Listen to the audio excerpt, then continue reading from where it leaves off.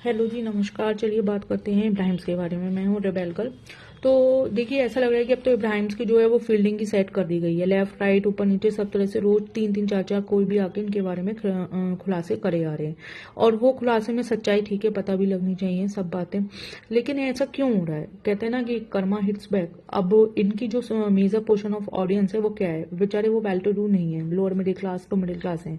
तो उन्हें जो दिख रहा है वो उसी को सच मान लेते हैं, उसी से इन्फ्लुएंस होते हैं। फिर उनकी पूरी फैमिली पे इम्पैक्ट पड़ता है, फैमिली के थ्रू सोसाइटी पे इम्पैक्ट पड़ता है। उनके अंदर इतनी रैशनल थिंकिंग नहीं है कि वो ये देख सकें कि ये तो एक्टिंग कर रहे हैं, ये सोसाइटी पे जो है वो जो दिखा रहे हैं ऑन कैमरा वो वैसे नहीं है, बिहाइंड द कैमरा कोई और पिक्चर चल रही है। और ये तो अपने ब्लॉग्स में जो अपने लाइफ रख रहे हैं, इसमें मीडिया पोर्शन जो है वो उनके एक्टिंग ही चल रही है। लेकिन वो तो जो उनकी ऑडियंस है वो इतना ज्यादा रैशनल क्रिटिकल थिंकिंग रख नहीं पा रही है।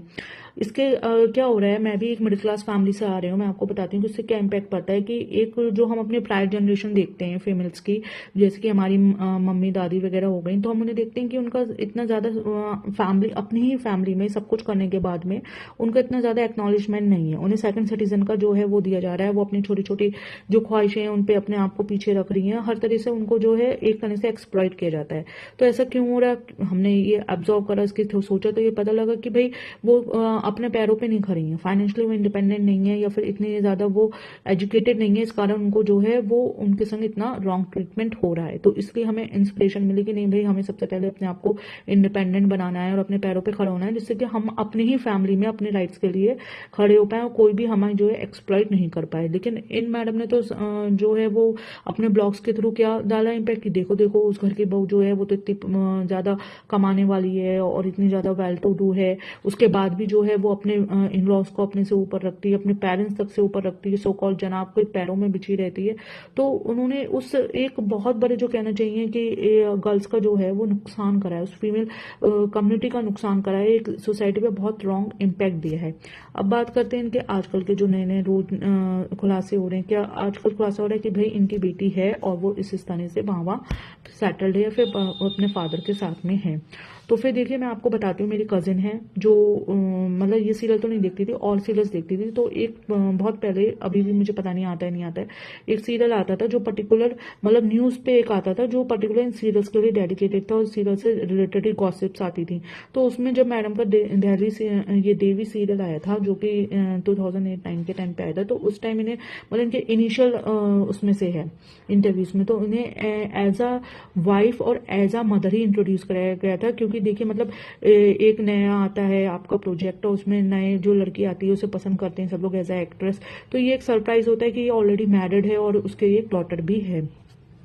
तो फिर इसमें तो कोई वो है ही नहीं कि इनकी डॉटर है या नहीं है। अच्छा, ये भी मान लेते हैं कि इनका ये पर्सनल मैटर हो, अपने फादर के संग में लीगली उसे मतलब कस्टडी दे दी गई है, तो फिर और वो क्या दिक्कत। ये यहाँ पे सोसाइटी में ये कर रही हैं ये जो मैडम है हमारी, कि ये उस बेटी के एग्जिस्टेंस को ही नकार रही हैं। वो आपकी डॉटर है, आपने लीगली जो है उसे कस्टडी उसके फादर को दे दी, उसमें कोई प्रॉब्लम नहीं है, बट आप एक्नॉलेज ही नहीं कर रहे हो कि आपके कोई पहले से डॉटर भी है जिसे आप अबांडन कर चुके हो, और आप उस किसी के एग्जिस्टेंस को नहीं नकार सकते।